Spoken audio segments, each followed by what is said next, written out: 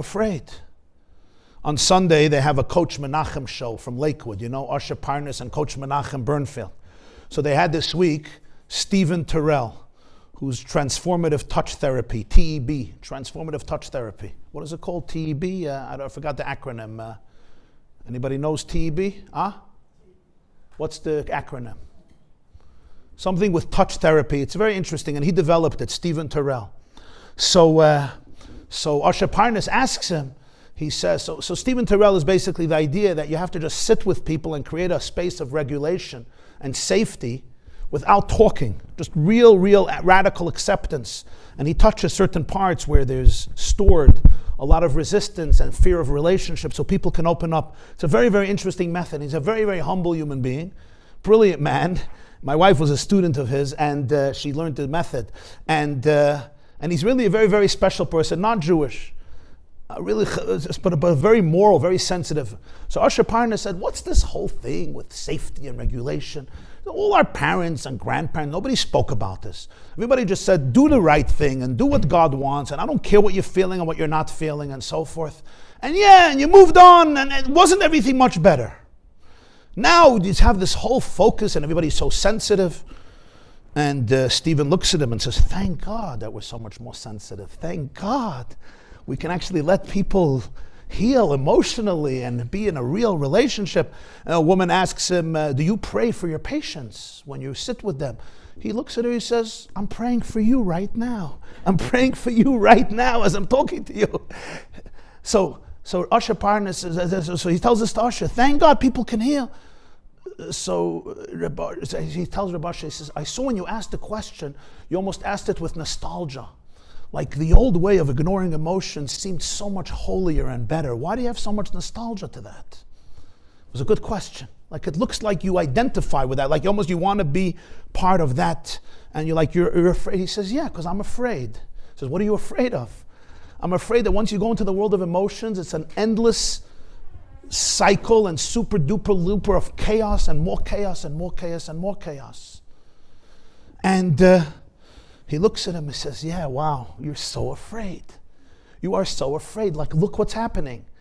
I am afraid of my internal mechanism because there's a deep message that if I learn about it, what's going to happen? The boogie monster, the evil, heinous criminal is going to come out. It's such a deep, deep, deep resistance to be able to really, really appreciate the truth of Reb Shimon ben Yochai, who says, you could look at all that's going on, but I can exempt people from din and tell you Yisrael ein roya pnei gehenim la'olam, not because I'm trying to encourage people to do the wrong thing, but I want to help people see the internal pain that brought them to where they are today, which is causing me my ruach shtus and not allowing me to live with an open heart. And the fact is that people who are not scared of this and do this, life is transformed in incredible, incredible ways. You know the story with Reb Shlomo Babova, the Babova Rebbe, when he came to the east side after the war, so he didn't have a minyan. So he sent his son, Reb Naftali Halberstam, who later succeeded him, to go get a minyan of this a Jew outside. So he saw a Jew, and he asked him if he can come in Friday night to daven. Reb Shlomo Halberstam, the Babova, it was like 1946, 47. And he says, oh, thank you. The guy says, by the way, I was a Bal Tefillah. I could be the Chazan also. So he puts him the Chazan. And he davened beautifully. And since then he said, please come every Shabbos. And he became a feature there. One Shabbos he wasn't there. So he tells his son, Reb Naftali, go out. It was near Central Park. Maybe you could find him. Maybe as it's Shabbos morning, a bunch of Jews there. Maybe you can invite him. So he goes out with somebody else, and he's sitting in Central Park, Shabbos morning, with a cigar, smoking, reading a newspaper. So he doesn't even talk to him. He goes back and he tells his father, unfortunately, our chazan, our großer chazan, is smoking on Shabbos before Hessia in the park. So he says, his father, the Babova Rebbe says, Reb Shlomo, he says, reichet nicht. He's not smoking. He says, Father, you're a nice man, and it's nice to be melamed zchus, but I saw, reichet nicht. says, okay, his father is in La La Land. You want to be the sweet little Rebbe, fine. But I'm just telling you the fact. He's smoking on Shabbos in the park. He says, Tata, you think I'm lying? Well, I'm making up a story. You think I wanted to? He says, verstehst nicht. Reichet nicht. The Nazi reichet. He's not smoking. The Nazi is smoking. The Nazi is smoking. Go call him. Tell him that the Baba Verov is waiting for him. We need him as a chazan. He says, Father, you're going to make him a chazan in shul? A guy who just finished smoking? He said, I told you the Nazi is smoking. He's not smoking. He never smoked. He's never going to smoke. Tell him I'm waiting for him. And he brings him in. And he's davening there. It's a crazy story. Around the Baba Verov passed away 2000. Rosh Chodesh Av, I think, Tavshin Samach, 2000. 2001? Samach Aleph, Samach. Huh? Ist doch da Baba Chassidim hier, no? Okay. Aber du weißt alles. You dreh sich zwischen Baba und Chassidim.